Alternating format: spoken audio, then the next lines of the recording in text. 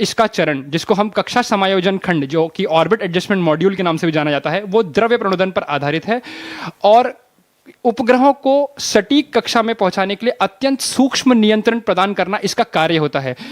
और ठोस प्रणोदन प्रणालियां जो हमारे स्काईरूट के इंजन हैं, वो उसका नामांकन डॉक्टर एपीजे अब्दुल कलाम के सम्मान में हमने समर्पित किया है। और द्रव्य प्रणोदन प्रणाली के इंजन के सभी नाम, उनका नामांकन डॉक्टर सीवी रमन के सम्मान में हमने समर्पित किया है। Yeah, that's right, Akhil. You just earlier mentioned the orbital adjustment module. It's one of the liquid stages that we've developed. It has 500 plus components that have to work in unison. It's a very complex stage, and it's powered by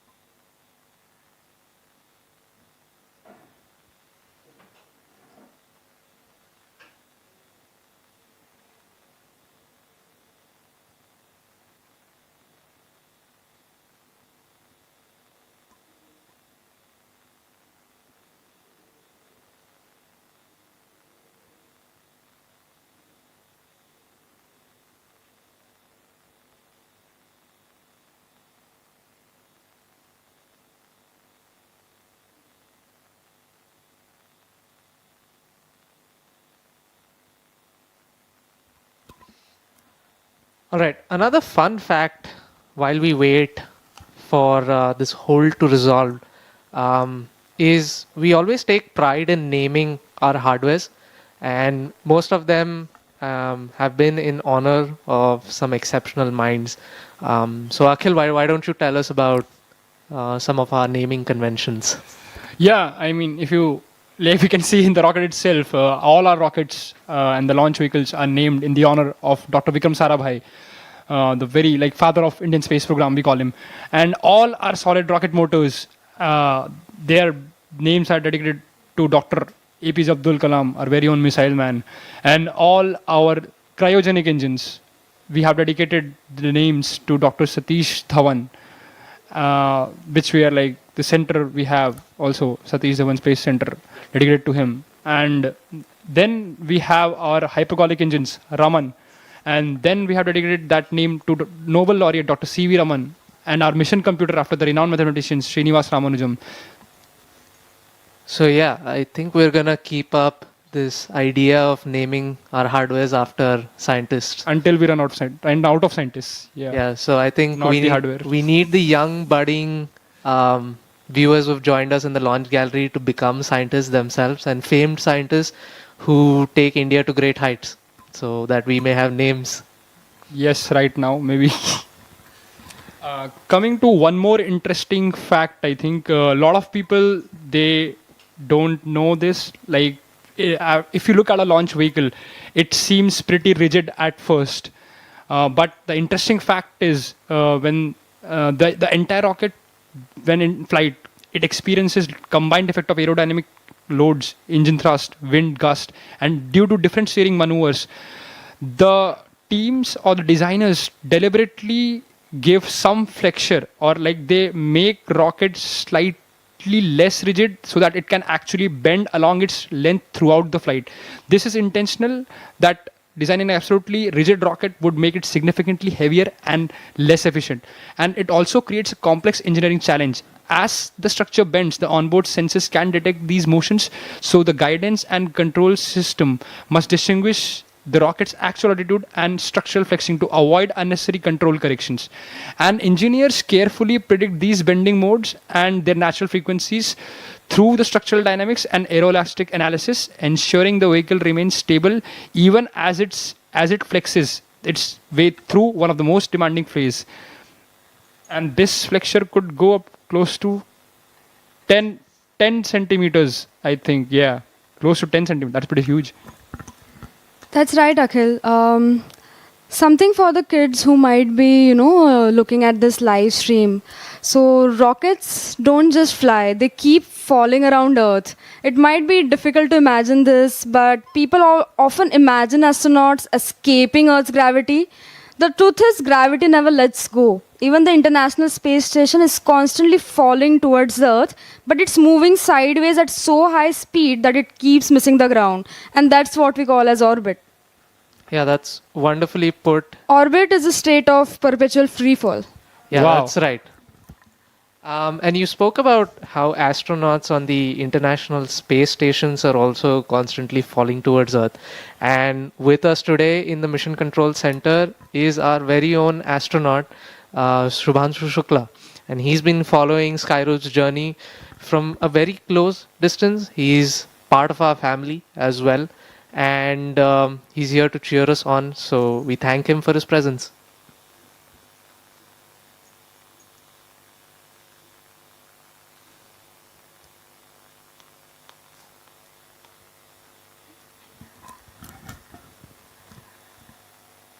One more interesting fact for our viewers that rockets get lighter every second. Unlike an airplane, a rocket becomes lighter every second because it continuously burns and throws away propellant. Because in aircrafts we have air breathing engines, this vehicle so directed the to all oxydizer stations, itself is the air the that reason the for hold has been turbofan sucks in. identified. But when you have a We'll be rocket, reinitiating ALS soon. when you have a rocket, you after cannot finalizing on have a T0.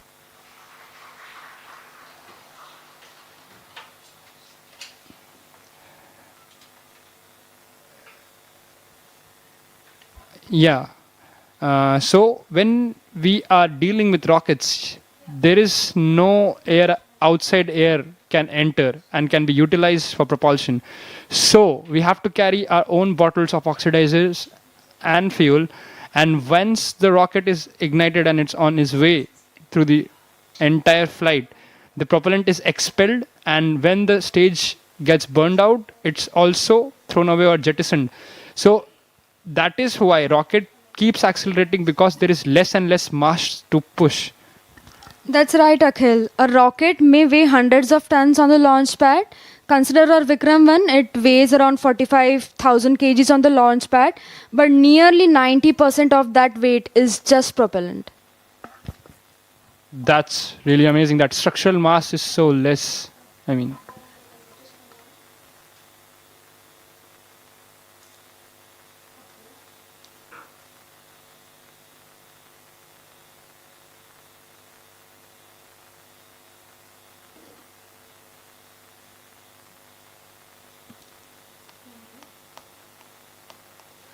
The views on your screen are from the launch gallery at Sriharikota, and we have thousands of students who've joined us from all over the nation, and they're eagerly waiting the launch of India's first privately built orbital launch vehicle, Vikram 1. And of course, like I mentioned earlier, it's a test flight, and we'll be doing a few of these before we move into routine commercial operations.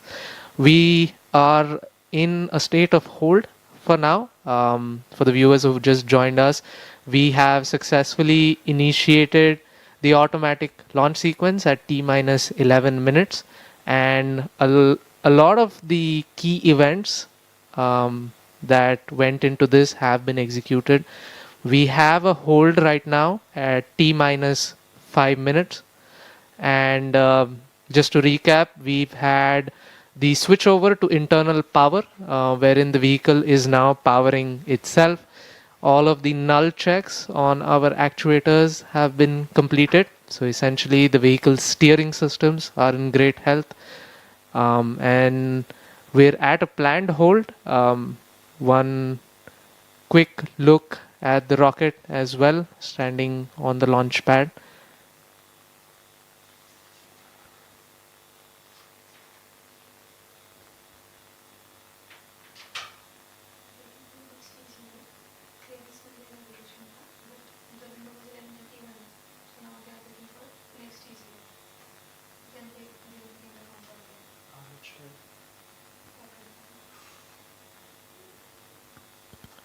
All right, we're getting updates from the mission control teams.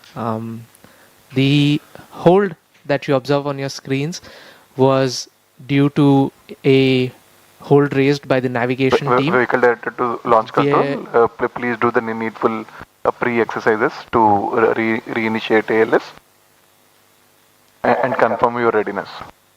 And Copy. we've gotten confirmation that we will be starting ALS shortly. So please stay tuned.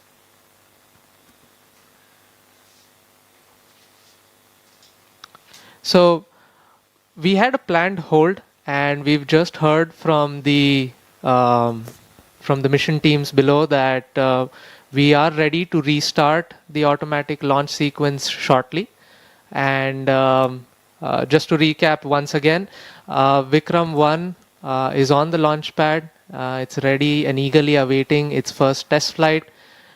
We've had the initiation of the automatic launch sequence, and through that we've completed the internal power switchover, which means the vehicle is now powering itself using its own batteries.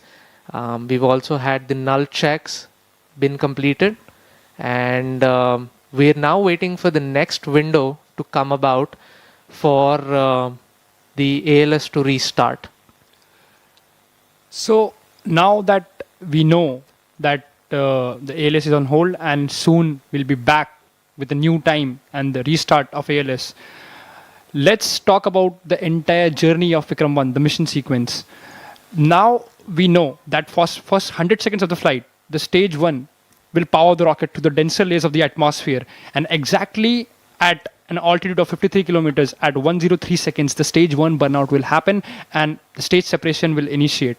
And after that, the stage 2 will ignite and it will power the rocket through the thinner layers of the atmosphere while keeping the same level of acceleration. That is the point. And later on in the stage 2, during the stage 2 burn duration, later half, you have the payload fairing and it separates, and this is the first time when the payload or the satellite is exposed to the atmosphere or to the space, the higher layers of atmosphere, which is exactly nearly close to space. Yeah. Having protected the satellite throughout the ascent, that the fairing's job is done. Yeah, that's right, Akhil. And you mentioned that the PLF, or the payload fairing, is the portion that essentially protects the satellite from the difficulties of the environment that the rocket goes through. The question then becomes, how do we separate all our stages, right? So we use something which is very unique, and we're very proud of that. In-house to Skyroot, we have the separation teams which have developed a pneumatic ultra-low shock mechanism. And the whole goal of this mechanism is it relays very little shock to the payload itself. So the payloads usually carry very sensitive electronics and instruments. So if you have a shock event come about, it may damage some of the sensitive instruments. So that's why we specifically made it a point to develop this pneumatic ultra-low shock separation mechanism. Like, for the knowledge of our viewers, I would also like to reiterate, most typical rockets, they use pyrocords, which use explosive charge to shear out the bolts and separate or jettison the entire stage, which could be catastrophic for some sensitive payloads. That is very costly and could be like, you might lose some data from the satellite and affect its workability. Control here, go ahead. Definitely. Still external hold mode is coming. Right. Noted. Now, even after the payload fairing has separated, the job isn't done yet, right? The climb is still going on. Stage 3 steps in and it generates quite a large amount of thrust to essentially power the vehicle into orbit. It keeps pushing it to near orbital velocities. And then comes something different, like we talked about earlier. We have the orbital adjustment module that kicks in. And this is the stage that I got to work on very closely. Like I mentioned earlier, it was a team of சுமார் 7 மாடி கட்டிட உயரம் கொண்ட Vikram 1 rocket 450 kilometre உயரத்தில் உள்ள lower earth orbit பகுதிக்கு சேட்டலைட்டுகளை எடுத்து செல்வதற்காக உருவாக்கப்பட்டிருக்கிறது. தற்போது விக்ரம் 1 ராக்கெட் விண்ணில் செலுத்துவதில் தொழில்நுட்ப கோளாறு காரணமாக சற்று தாமதம் ஏற்பட்டிருக்கிறது. இது குறித்த மேலும் விவரங்களை வழங்குவதற்காக நமது செய்தியாளர் அன்பழகன் இணைப்பில் உள்ளார். அன்பழகன் தொழில்நுட்ப கோளாறு காரணமாக விக்ரம் 1 ராக்கெட் விண்ணில் செலுத்துவதில் சற்று தாமதம் ஏற்பட்டு இருக்கிறது. தொழில்நுட்ப கோளாறுகளை சரி செய்யும் பணிகள் எந்த அளவுக்கு நடைபெற்று வருகிறது, மேலும் அங்கு என்ன நடைபெற்று இருக்கிறது, முழுமையான விவரங்களை சொல்லுங்க. கிருஷ்ணவேணி, சரியாக 11:30 மணிக்கு விக்ரமன் விண்ணில் ஏவப்பட வேண்டிய சூழ்நிலை. தற்போது சின்ன தொழில்நுட்ப கோளாறு காரணமாக அதை சரி செய்யும் பணியில் விஞ்ஞானிகள் ஈடுபட்டு வராங்க. நமக்கு தெரிவித்ததும் 12:05க்கு வந்து அதை லான்ச் பண்ண சொல்லியிருக்காங்க. பட் அது ஒரு தொழில்நுட்பம் என்பது மிக முக்கியமாக எந்தெந்த மாதிரியான பிரச்சனை என்று முழுவதுமாக அறிஞ்சேன்னா, இது வந்து முதல் முறையாக தனியார் துறையினரால் ஏவப்படக்கூடிய ஒரு விண் ராக்கெட் இது. அதனால அதற்கான ஒரு அதனுடைய முழுவதுமாக யாராச்சும் இந்த முக்கியமாக பார்க்கப்படும் பார்த்தோம்னா, அந்த ஸ்ரீஹரிகோட்டாவை பொறுத்த வரைக்கும் அந்த விண்ணில் ஏவக்கூடிய இடங்கள் வந்து பார்த்தோம்னா, அந்த ஆந்திர பிரதேசத்துடைய அமைச்சர் வந்துள்ளார். அதே போல முக்கியமாக இஸ்ரோவுடைய சேர்மன், முக்கிய அதிகாரிகள், முன்னாள் தலைவர்கள் வந்திருக்காங்க. ஏன்னா நம்ம ஏற்கனவே சொன்னது போல இந்த ராக்கெட் என்பது ஏவப்பட்டால் உண்மையாலுமே மிக முக்கியமாக இந்தியாவிலேயே ஒரு மிகப்பெரிய வரலாற்று சாதனையாக இருக்கும். அதனால் தனியார் நிறுவனத்தால் இங்கேயே தயாரிக்கப்பட்ட ஒரு ராக்கெட் போகும் என்பதால் இது அனைவரும் கவனத்தை சூழல்ல தற்பொழுது இந்த தாமதம் என்பது எல்லாராலும் பார்க்கப்படுகிறது. என்னென்ன சரி செய்ய வேண்டும், உடனடியாக இன்று ஏவப்பட வேண்டும் என்று அவர்கள் தனியார் துறை சார்பாகவும் அவர்கள் அதற்குண்டான பணிகள்ல இறங்கியிருக்காங்கன்னு சொல்லலாம்.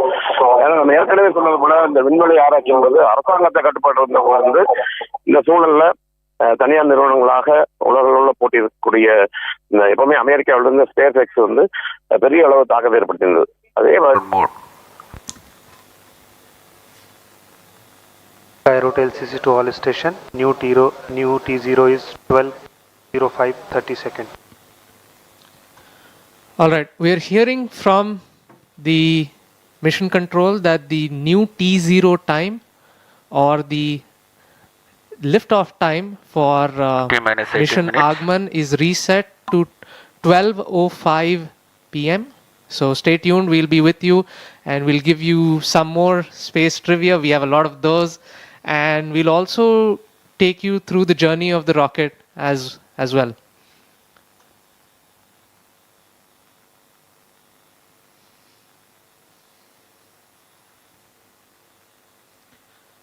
You know, many of the times one of the questions that comes is why space? You know, it's so hard. Getting to space is hard enough. Getting to space on the first try is even all harder. Stations to note, so if it's so hard, why do it at all? Mission Aagaman. What does it hold of such huge importance that we want to strive for making to the stars? I mean, if you think about it, all the activities that, happen on Earth, they are connected in some or the other way to space.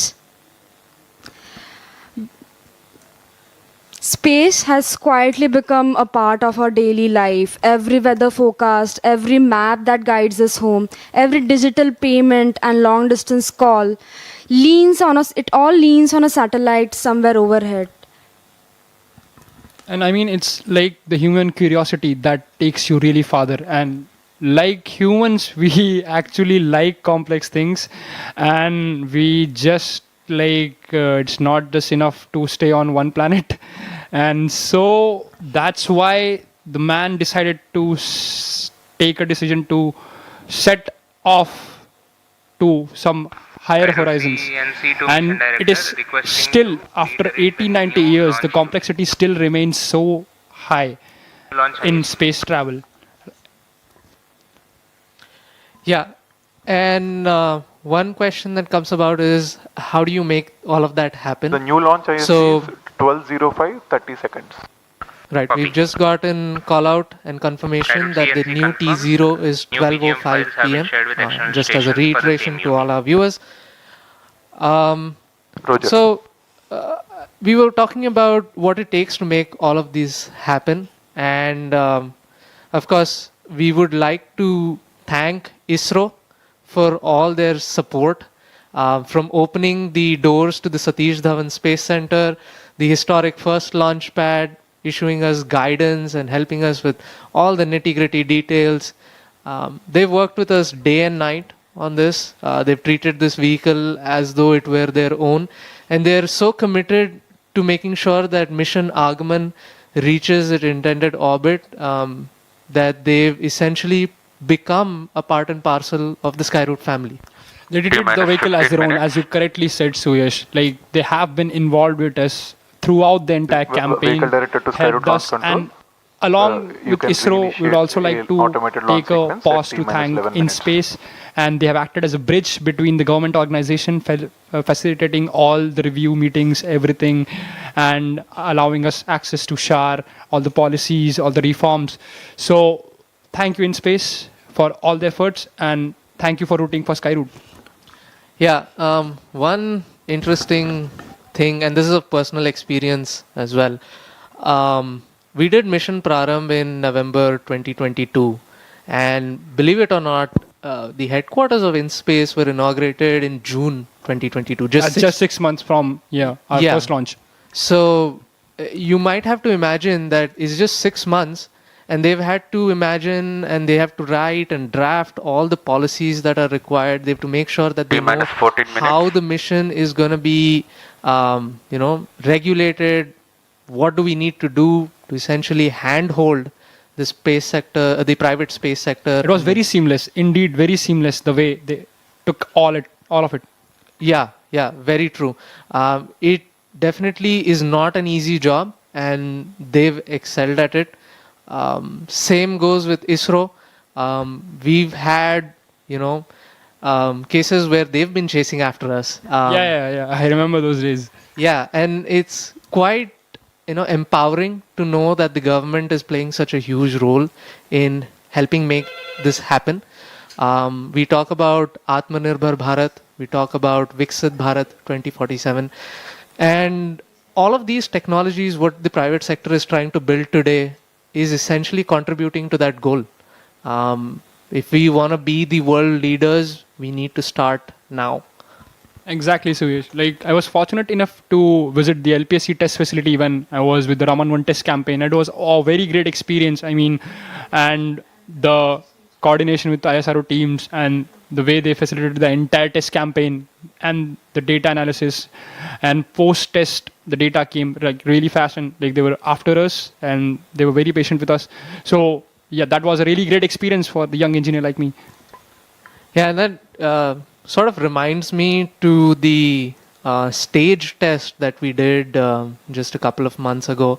I think nearly 9 months ago. Yeah, around I think October. Yeah, October I think. And so that was the test of the orbital adjustment module. It was a all-inclusive test. We had the entire stage. We had all the engines, the thrusters. We had the avionics.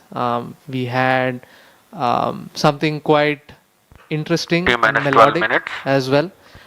We played Sare Jahan Se Acha using the Raman Mini thrusters on the stage, which was something very unique, very captivating to the young minds. Many people did not think that you could play music out of the screeching sounds of 50 Newton Raman Mini thrusters. Again, an opera, I told you, right? Yeah, definitely.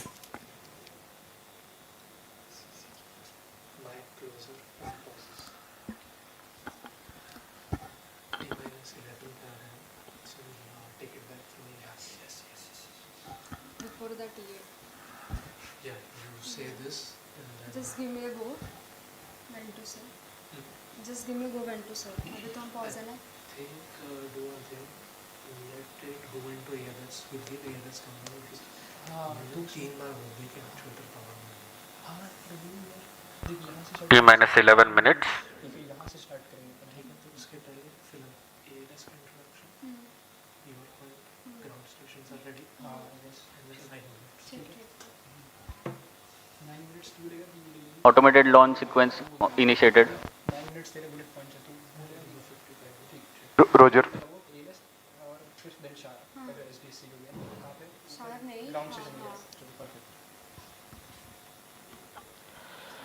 All right, we're at T minus 11 minutes again, T minus 30, 10 minus 10:30, sorry. And the automatic launch sequence has begun. We are in the pre-checks phase at the moment, where all the teams are essentially checking the health of the vehicle once again, making sure that all systems are operational and go for launch. Before that, we had one confirmation that all the ground stations supporting today's mission, they have completed their readiness checks. As the vehicle travels downrange, telemetry will seamlessly transition between multiple ground stations, from Shah to Port Blair, then Bogor in Indonesia, and then finally Yatharagga in Australia. This network ensures continuous communication with the launch vehicle, with all mission data relayed back to mission control in real time. That's right. And just to recap to all our viewers, some of the callouts that have happened till now. We first had the acquisition of day of launch winds, which is we acquire using a Doppler weather radar the winds prevalent. And as Akhil mentioned earlier, it's slightly a cloudy day today for launch, but come rain or sunshine, we are always ready to launch. Yeah, the rain can't stop us, I think. Yeah.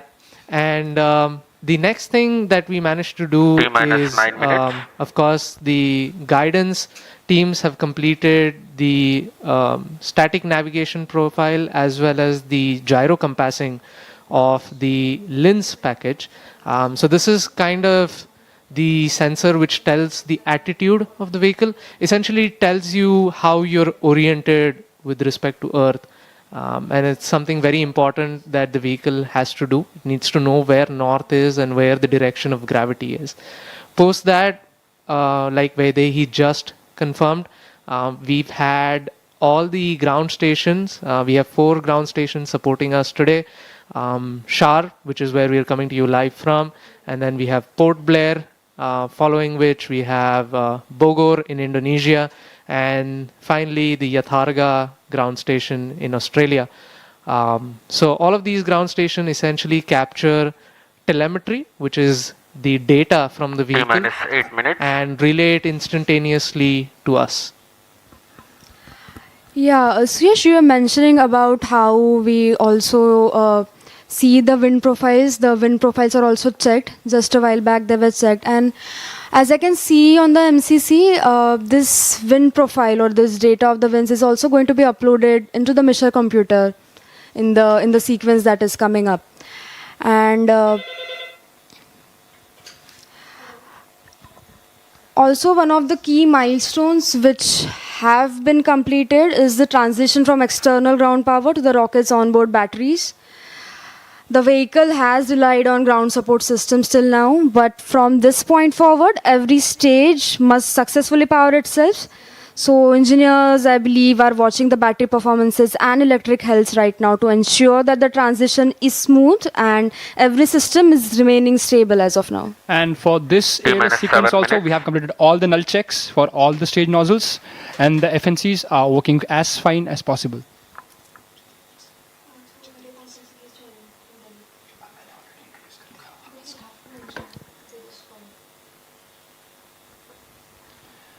And we are also happy that Dr. Jitendra Singh, Honorable Minister of Space, is joining us live on video call, and he's rooting for Team Skyroot.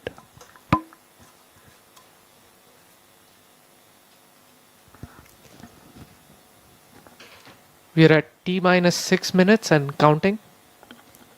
For the viewers who've just joined us recently, on your screens right now is the Skyroot Launch Control Center situated at Shar.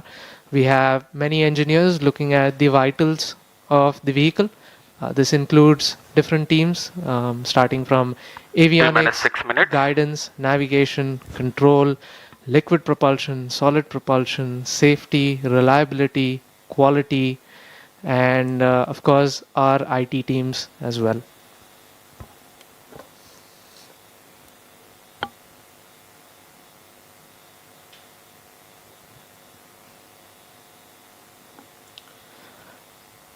One of the things that has also been completed just now is the uploading of the mission computer init files.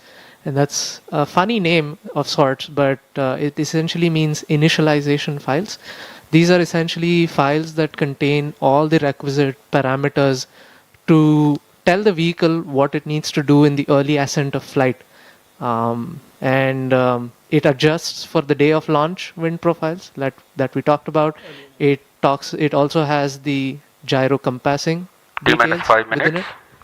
And now we have confirmation that mission computer mode has been successfully changed to flight mode, and we are really jubilant and everybody is really happy that this stage has been successfully transitioned. And now we'll move towards the next check, that is HMSA disarming.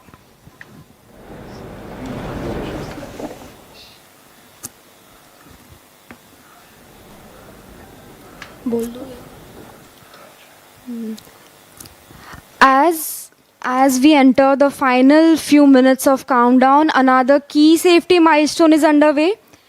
The head mount safe arm mechanism will be activated in a while, and till now it was ensured that the ignition chain has remained safely isolated.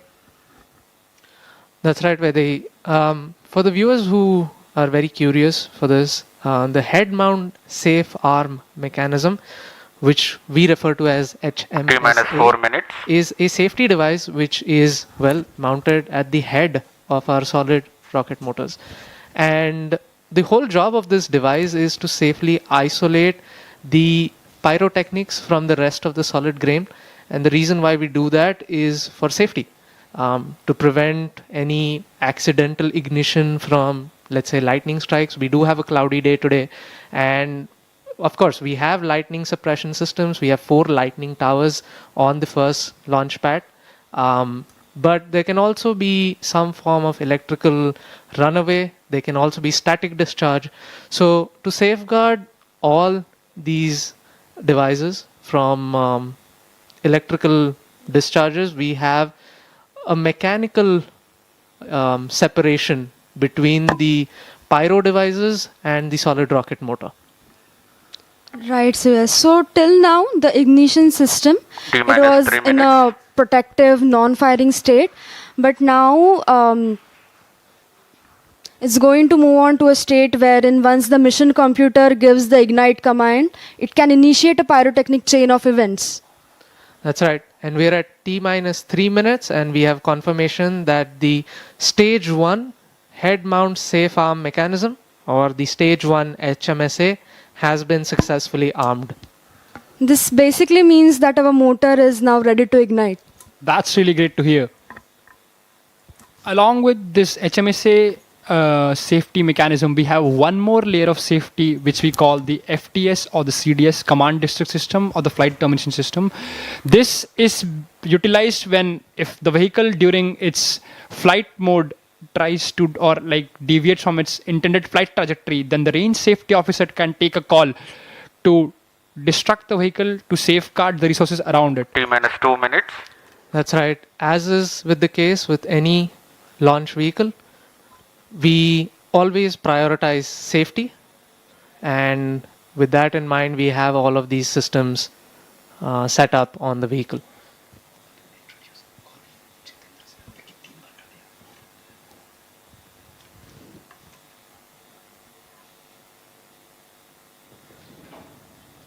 We are now entering to condition the liquid stages on Vikram 1. So the orbital adjustment module is now conditioning itself and preparing for liftoff.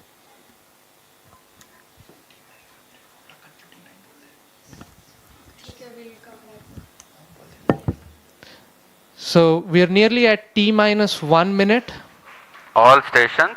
And stand by for the we will leave you with the views of Vikram 1 and join you shortly at liftoff. Minus 55 seconds. Minus 50 seconds. Minus 45 seconds. Minus 40 seconds. Minus 35 seconds. Minus 30 seconds. Real-time programs activated. Minus 25 seconds. Minus 20 seconds. Minus 20 seconds is the call out now. Minus 15 seconds. 10, 9, 8, 7, 6, 5, 4, 3, 2, 1, 0. And we have liftoff of Vikram 1, India's first private orbital launch vehicle.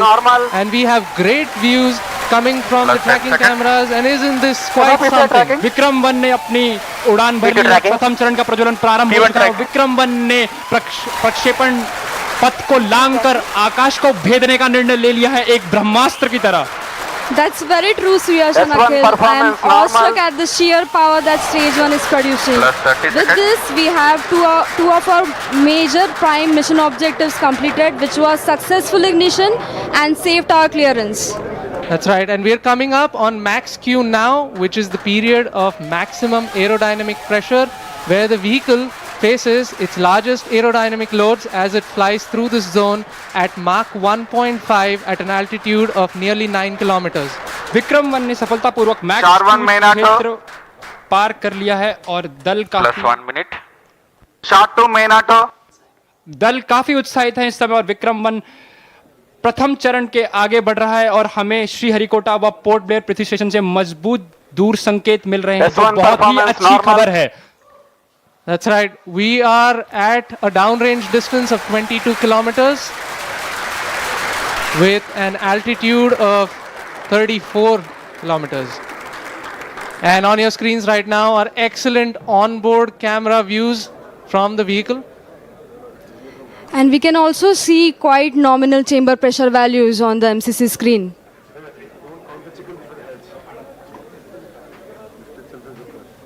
The vehicle is currently at an altitude of 50 kilometers.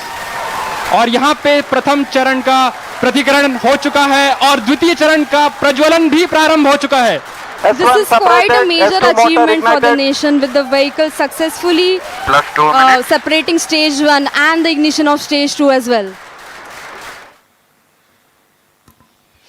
द्वितीय चरण अपना सफलतापूर्वक कार्य पूरा कर रहा है और प्रथम चरण का दहन अथवा प्रतिकरण समाप्त हो चुका है।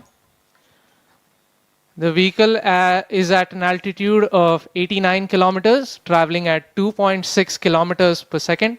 Of course, our target velocity for today is 7.6. S2 performance normal. We've just heard call out that the S2 performance or the stage 2 performance is nominal.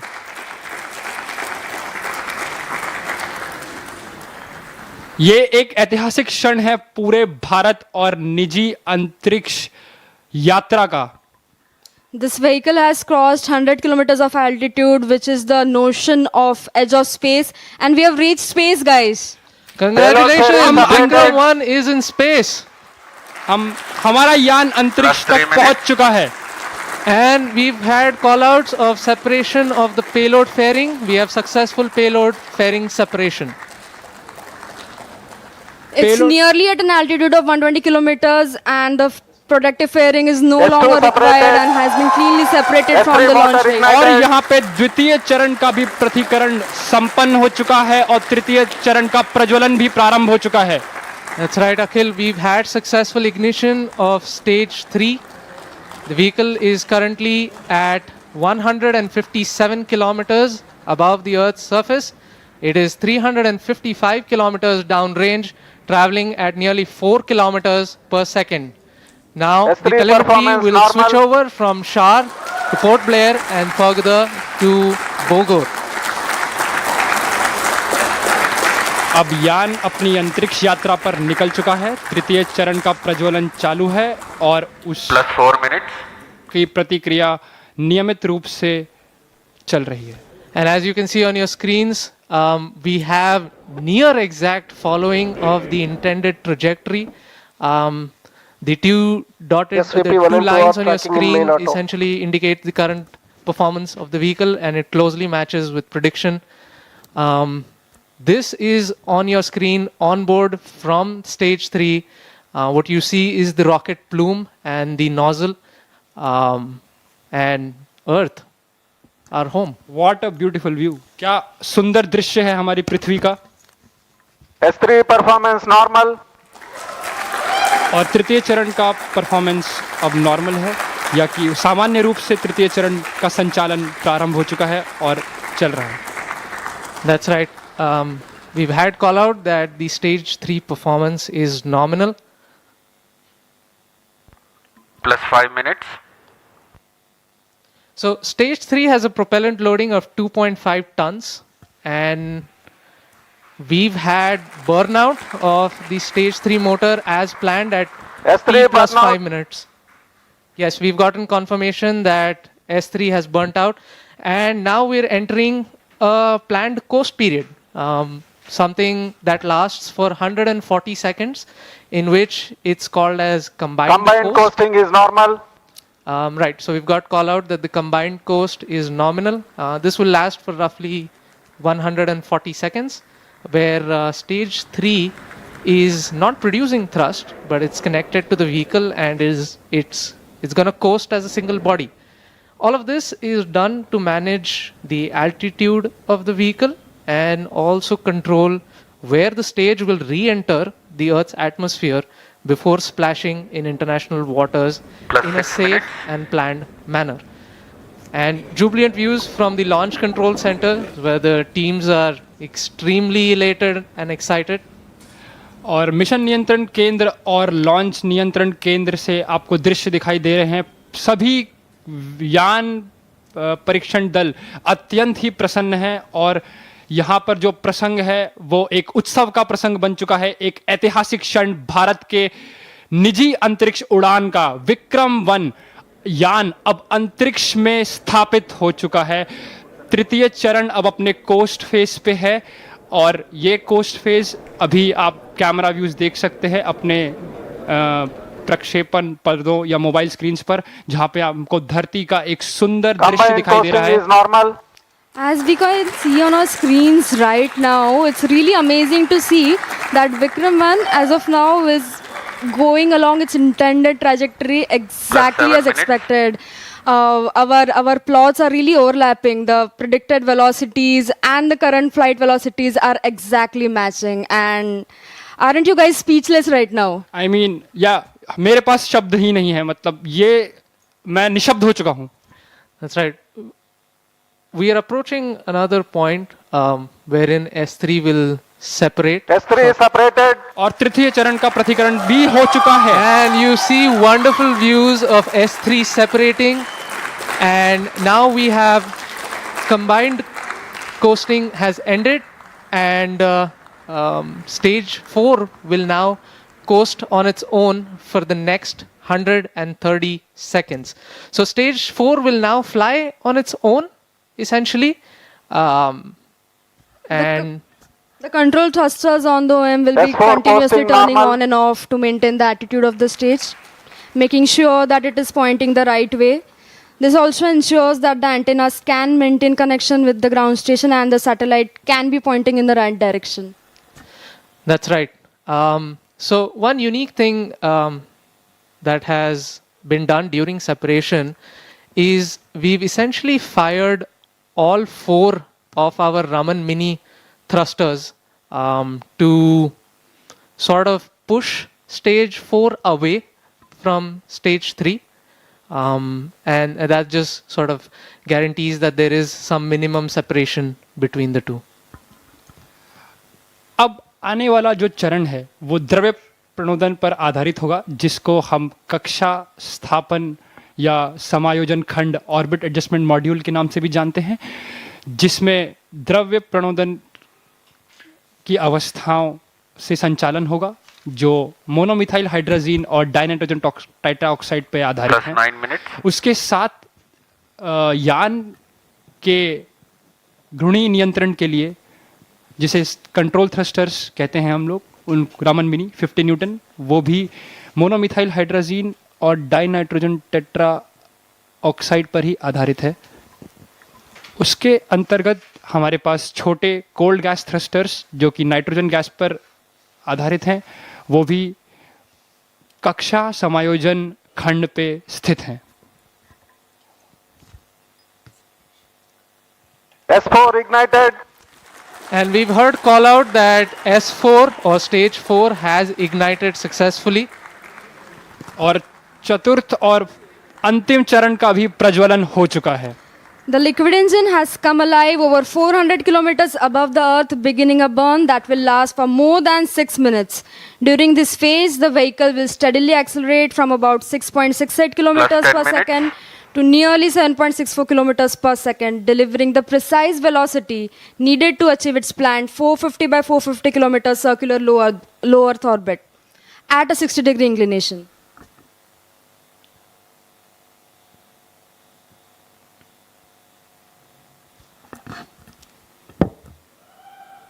और यहाँ पे आप देख सकते हैं कि प्रक्षेपण नियंत्रण केंद्र में उत्साह का एक प्रसंग आ चुका है और आपके ऑन बोर्ड प्रक्षेपक पर्दों पर हम देख सकते हैं कि पेलोड्स या जो उपग्रह हैं उनका एक चित्र, यहाँ पे सारे उपग्रह अपने स्थान पर स्थित हैं. That's right, Akhil. We've also had seamless transition from the S4 performance normal. to the Bogor station, and now we are receiving strong telemetry from the Bogor as well as the Yatharga stations in Indonesia and Australia, Plus 11 respectively. The current altitude of the vehicle is 426 kilometers. Our target is near 450. We're traveling at 6.5 kilometers per second. And like we said earlier, OAM is essentially going to fire its Raman 2 engine for a cumulative burn time of nearly 6+ minutes. So this is the longest burning. It's the smallest in thrust, but it burns for the longest period of time. And it's all given to us by Raman 2, our main engine for this mission. So Yash, it must be a really amazing feeling, right? I mean, you and your team worked on this engine to get it going, and it is finally taking us to space. Yeah, it's a feeling that's really hard to describe. Me and my team, we worked on this engine to get it going, and it's finally taking us to space. This engine wasn't an easy design. Raman 2 generates 1500 newtons of thrust, and it employs 3 different types of cooling. As if one wasn't enough, we had to put in 3. So we have regenerative cooling, then we have radiative cooling, and we have film cooling. And all 3 of these need to work seamlessly in sync to deliver this phenomenal outcome. So I'm kind of glued to the screens right now. You might just see me peeking over to try to see what the chamber pressure, what the thrust, and what the temperatures are like. But I think I might have to hold for a bit and look at that data in a little while.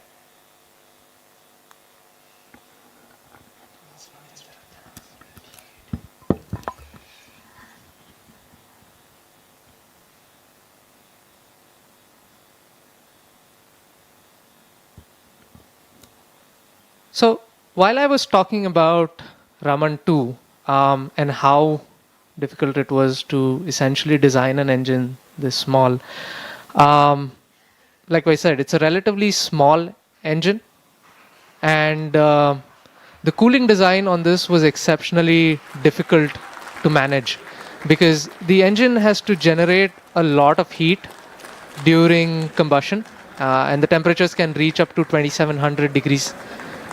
That's pretty hard for any metal or any material to sustain. In fact, many metals would just vaporize into thin air at those temperatures. So to make all of this work, we employ something known as regenerative cooling. S4 performance normal. Yeah, and we've gotten call out that the S4 performance is nominal. And so I was mentioning about the regenerative cooling, and the best way to understand this type of cooling is to imagine Plus 14 minutes. multiple tubes joined side by side and then arranged into a circular fashion to form the thrust chamber. And these tubes, they need to be very, very thin to exchange heat effectively, which means that manufacturing is usually a challenge.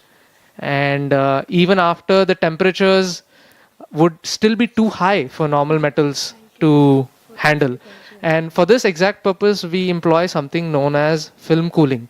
And even though it sounds like a fancy name, it's just involves injecting fine jets of fuel along the walls of the chamber to effectively add a barrier of colder gas between the combustion chamber and the metal walls.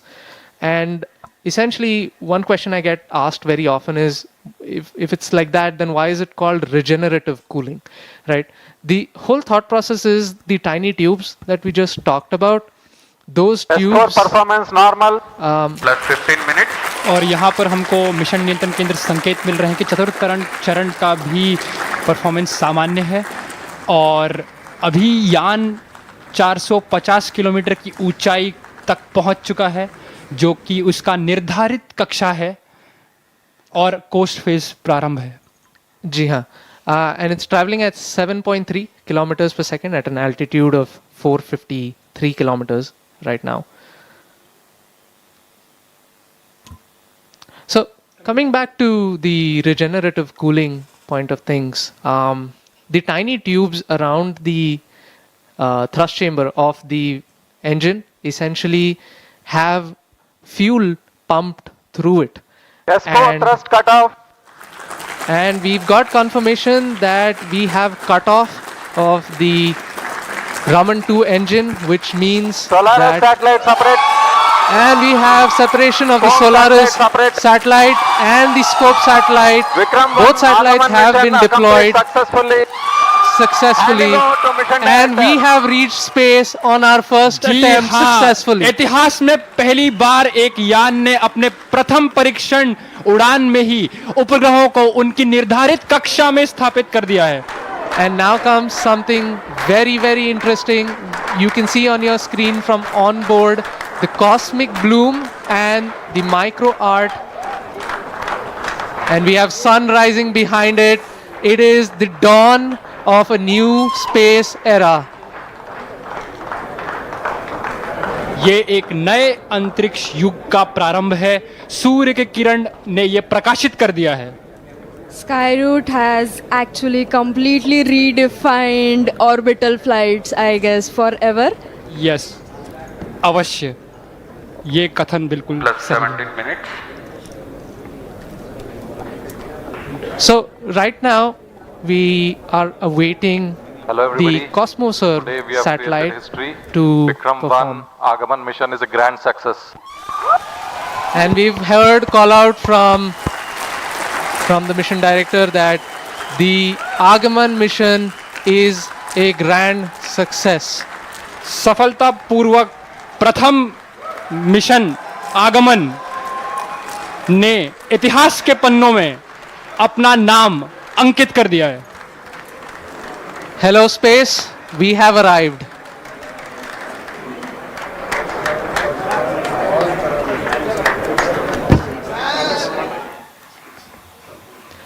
Thank you for joining us today. Thank you for being with us on this historic journey today. With Raman 2 and Vikram 1 now safely in orbit, we are not just reaching space, we are opening space for all. आज की इस ऐतिहासिक उड़ान में हमारे साथ जुड़ने के लिए आपका हार्दिक धन्यवाद. विक्रम 1 ने सफलतापूर्वक सारे उपग्रहों को कक्षा में पहुंचा दिया है और भारत के अंतरिक्ष सफर में एक नया उज्जवल अध्याय खोल दिया है. धन्यवाद. जय हिंद, जय Bharat. Good afternoon.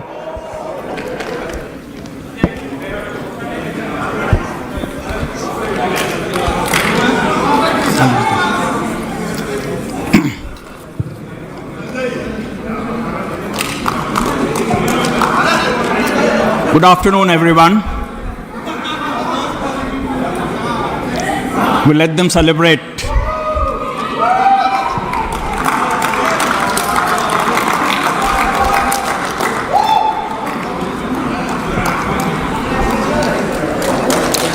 Good afternoon.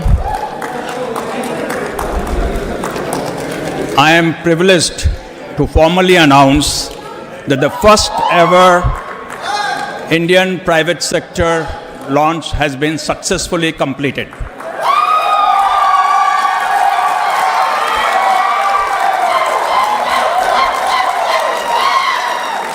Not only did Vikram 1 meet its mission objective, which was simply to clear the tower. It went all the way up to 453-kilometer orbit, successfully completed all the tasks, and something that is way beyond expectation for the very first orbital launch ever taken by an Indian private company. There's not much more that I want to say on this occasion. I would like to invite Pawan and Bharat to talk about their journey and how they feel today, this momentous milestone that Indian private sector space initiatives have had.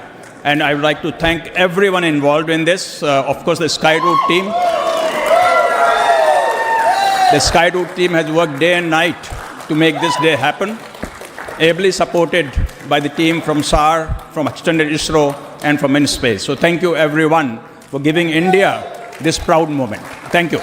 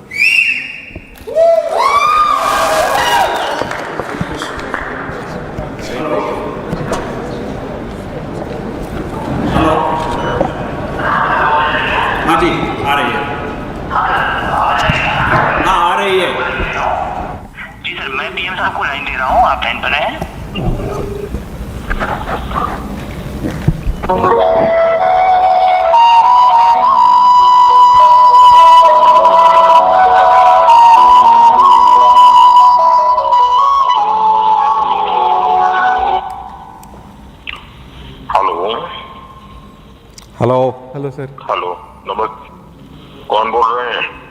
Hello, we are Pawan and Bharat from Skyroot. कौन बोल रहे हैं?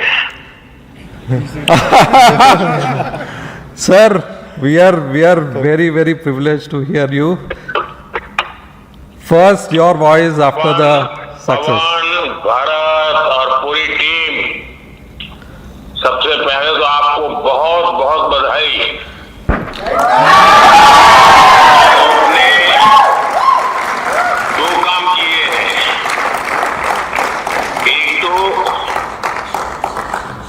आसमान में नए पौधे गाड़ दिए हैं और दूसरा जमीन में भी उस रूट्स को आपने मजबूती दी है जो देश के नौजवानों को आगे आने की प्रेरणा देगी।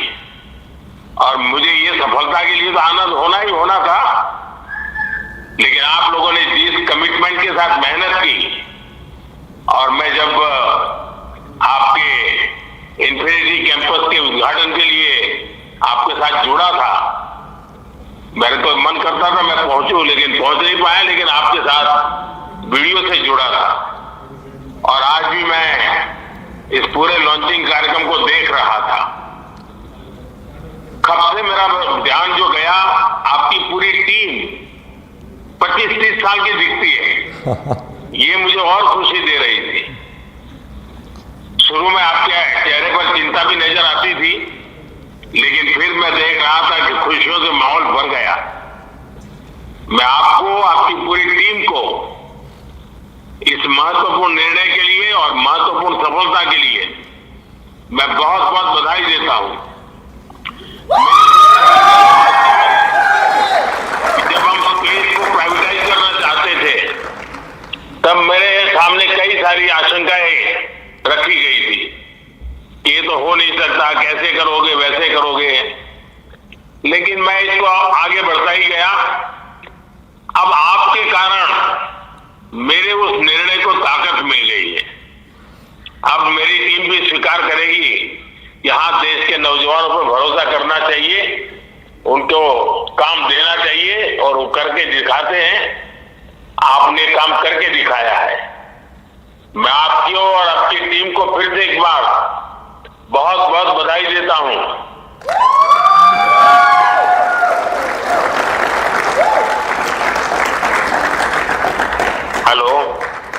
Hello, sir. Thanks a lot for your wishes. And our team, entire team of Skyroot, more than 1,000 people are here in Sriharikota and listening to you. Our hearts are swelling with pride, and this means a lot to us. देखिए, ये mission आगमन है। अब आगमन को तो और आगे बढ़ते ही जाना है।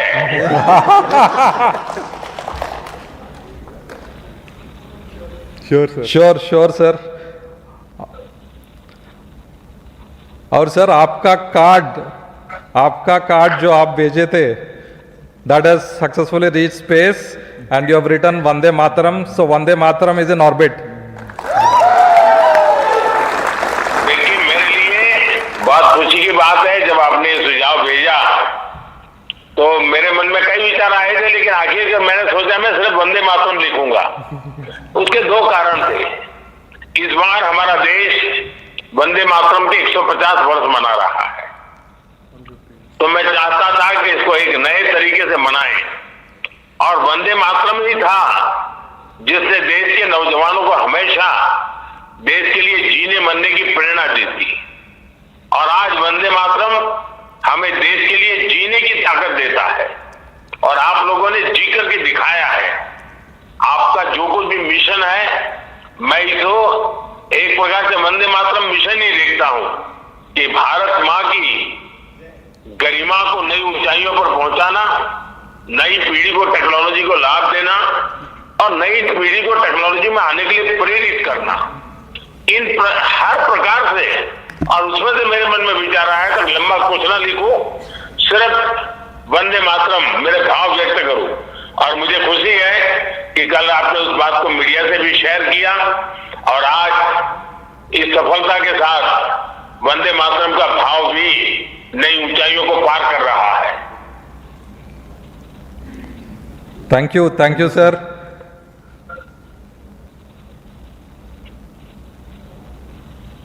मैं आपकी पूरी टीम को बहुत बहुत बधाई देता हूं, और जल्द से जल्द आपको मिलने के लिए निमंत्रण भी देता हूं। Thank you, sir. Thanks a lot. Thank you, sir. We are privileged to hear you. I'm privileged to have your blessings. Entire team of Skyroot, entire India is really proud of your initiative to start the space program, open it up to private sector, and now we see historically, first time probably a private company have built and successfully reached an orbit in the first attempt.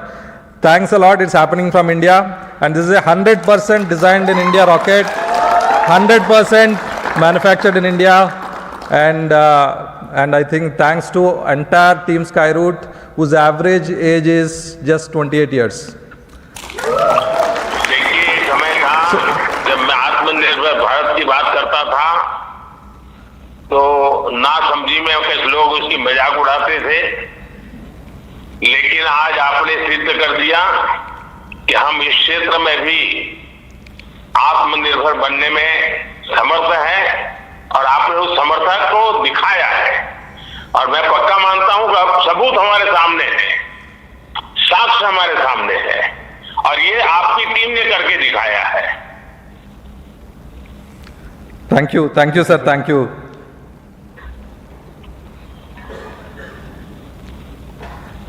तो आपकी team खुशियां मनाने में लग रहेगी। जरूर sir, and in fact हम जब 2018 में स्काईरूट स्टार्ट किया था, उस टाइम पॉलिसी नहीं थे, there was no funding environment और प्राइवेट सेक्टर में टैलेंट भी नहीं था, और हम फिर से हमारा जॉब्स छोड़ के स्काईरूट चालू किया था। And now we are very proud that the government is enabled us and opened up the sector to private players, and now we stand as India's first private company which have launched a rocket to orbit and also created a global milestone, all from India with a fully Indian team, 100% built in India. Thanks a lot for enabling this journey and also setting a big vision for 50 launches in 2030. Definitely, I don't see it as a challenge, sir. Thanks a lot for your encouragement and looking forward to meet you, sir, in person. आप आगे बढ़िए, मैं पूरी तरह आपके साथ हूँ और आपको तो आगे बढ़िए नहीं कहना चाहिए, मुझे कहना चाहिए और ऊपर उड़िए. Thank you, sir. जरूर sir, thank you, thanks a lot, sir. चलिए बहुत अभी आपको कुछ न कुछ काम होगा, लेकिन सबसे पहले मेरा आपकी टीम को सचमुच में मुझे देखकर तो खुशी हो रही थी कि इतने मेरे देश के नौजवान क्या कमाल कर रहे हैं. यही मेरे लिए खुशी की बात थी. बहुत बधाई फिर से एक बार और बहुत शुभकामनाएं. और आपने जो टारगेट तय किया है वो समय से पहले टारगेट पूरा हो गया, मुझे पक्का विश्वास है. Thank you sir, thanks a lot. हम जरूर कोशिश करेंगे. All the best. Thank you thank you.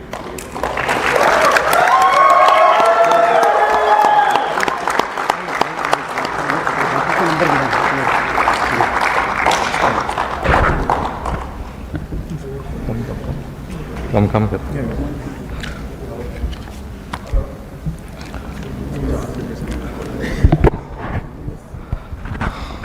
Absolutely no words.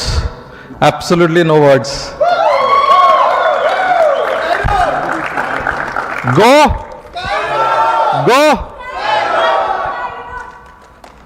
It's so heartening to hear the Honorable Prime Minister talk so highly about Skyroot, so highly about India's youth. I think this is a historic moment, not just for Skyroot, for India, and also entire global space sector. In the first attempt reaching orbit, I never thought it was possible, and Skyroot team made it possible. Big shout out to this phenomenal team which made it happen. And in fact, this launch was nothing short of a suspense movie. We all experienced the highs, and never have we seen such suspense. And I think it's all worth it at the end. And I think really happy today, and that we have achieved something very rare, very unique. It shows the potential of India's talent. And today, in fact, we stand here at one of the best spaceports in the world, and we are very proud to launch Vikram 1 from the most versatile launch pads in the world, and really thank ISRO for enabling this. And more importantly, I would like to appreciate and also thank entire InSpace team, which has efficiently authorized this launch.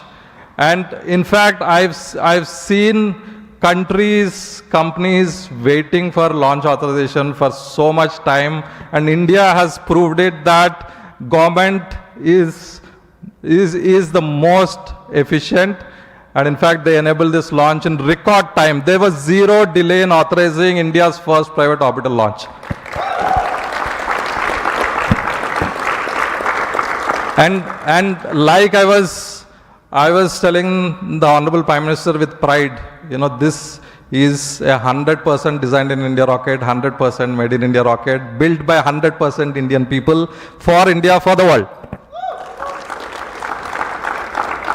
So in fact, I've written a speech, but I'm just out of words.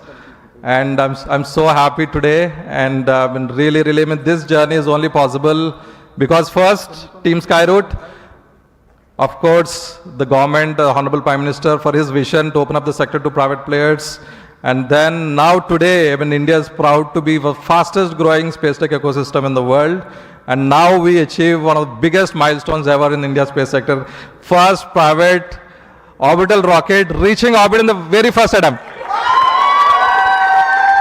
It still feels like a dream, and you all made this dream happen. I have no more words, and really appreciate everybody making this happen. In fact, we can see, I think all the hearts were racing up. It was not Skyroot, it was not InSpace, it was not ISRO, it was not the people watching, the public watching in the gallery, people watching online. Everybody's heart was beating for India, everybody's heart was beating for Mission Aagaman. And we made it happen. It's one nation, one mission for the world. Thank you.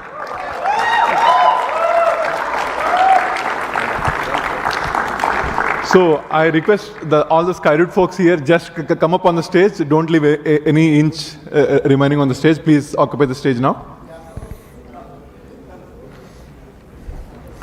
So as mentioned, there's simply we wanted to prepare something, but there's just simply no words. I just wanted to send the deep sense of gratitude to InSpace for being the enabling pillar